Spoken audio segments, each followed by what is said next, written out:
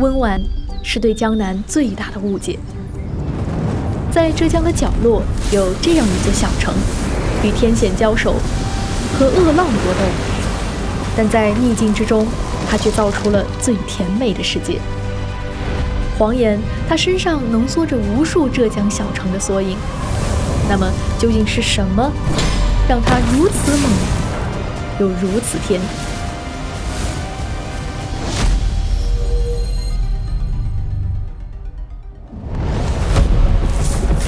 让我们回到1亿多年前，一场岩浆和山神的大战一触即发。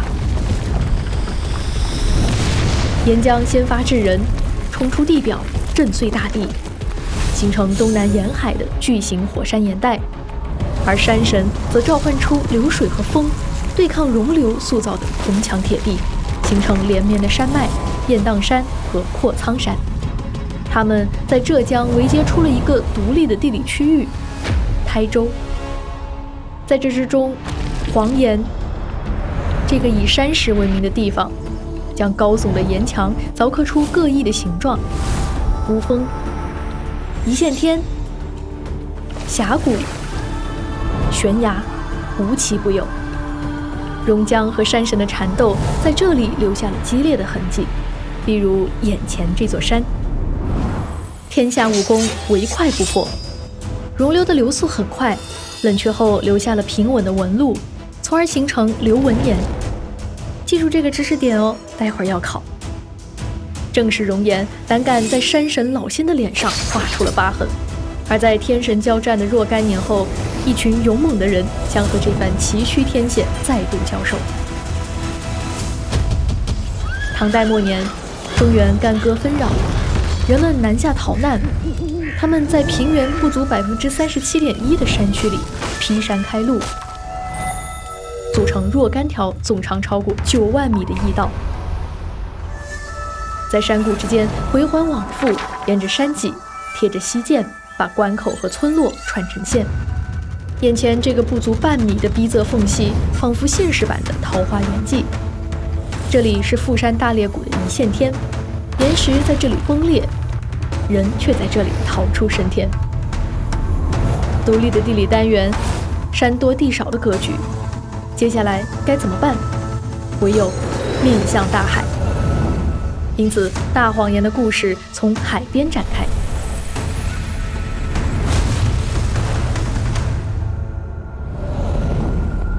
每逢朔望日，日月和地球3点共现，星体间的引力导致潮汐达到峰值，东海随即翻起浪潮。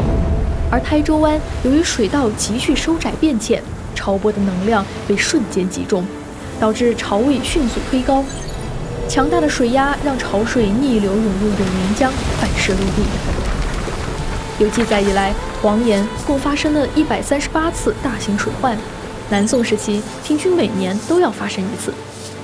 被海水吞没的滩涂一片狼藉，没有作物可以生存。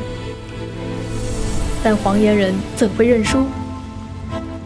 没有养分，那就把河泥刮上岸，增加养分；土质太差，那就垫上瓦片，促进根须横展，吃上更透气的表土；盐分太多，那就修建密布的沟渠网，用雨水将多余的盐分冲走。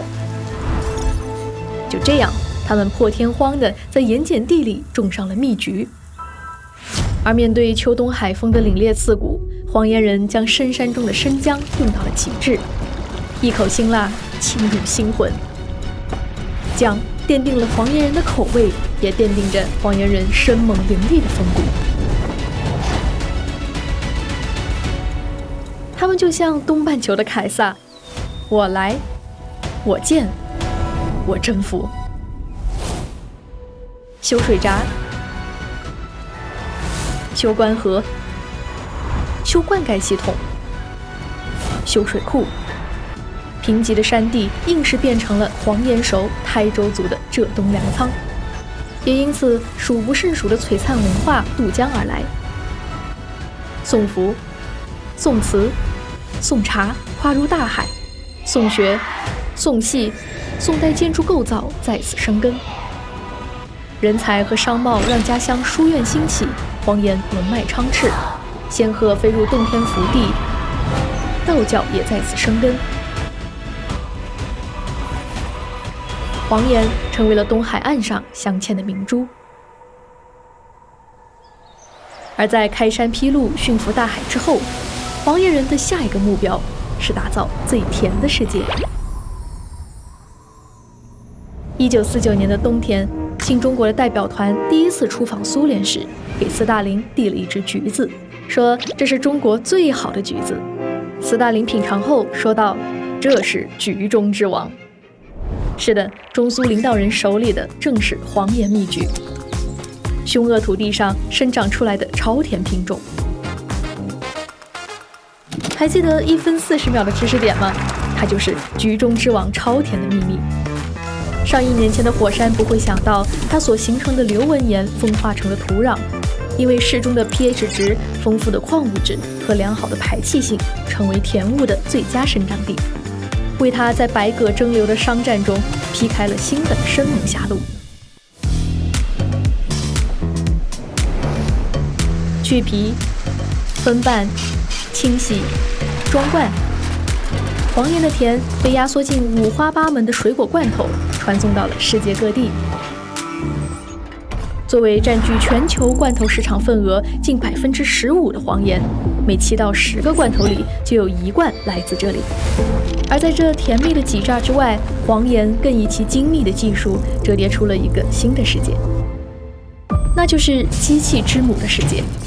这是制造机器的机器，而在它中间的这2瓣钢铁之颚就是注塑模具，它就像猛兽的上下颚，咬合后中间形成特定形状的缝隙，塑料颗粒被加热成液体后注入这里，冷却后便能一体成型。这种方式可以一键生成椅子、冰箱外壳和巨大的托盘，甚至核磁共振机架也来自于此。而这些都是现实世界中黄岩的创造。作为中国模具之乡，黄岩生产的模具约占全球市场份额的10%到20%。它能塑造万物，但它最得意的作品永远是自己塑造的生活。把废弃的采石场改造成舞台，把古驿道改装成越野赛道，把日子重塑得很甜。这里的生活甜得直接，也甜得精细，更甜入人心。到这里为止，你会发现，猛是黄岩人的本性，而甜则是他们对自己的奖励。奖励闯过的每一处天险，征服的每一次风浪，赢下的每一场竞技，更是奖励自己从未妥协的棱角。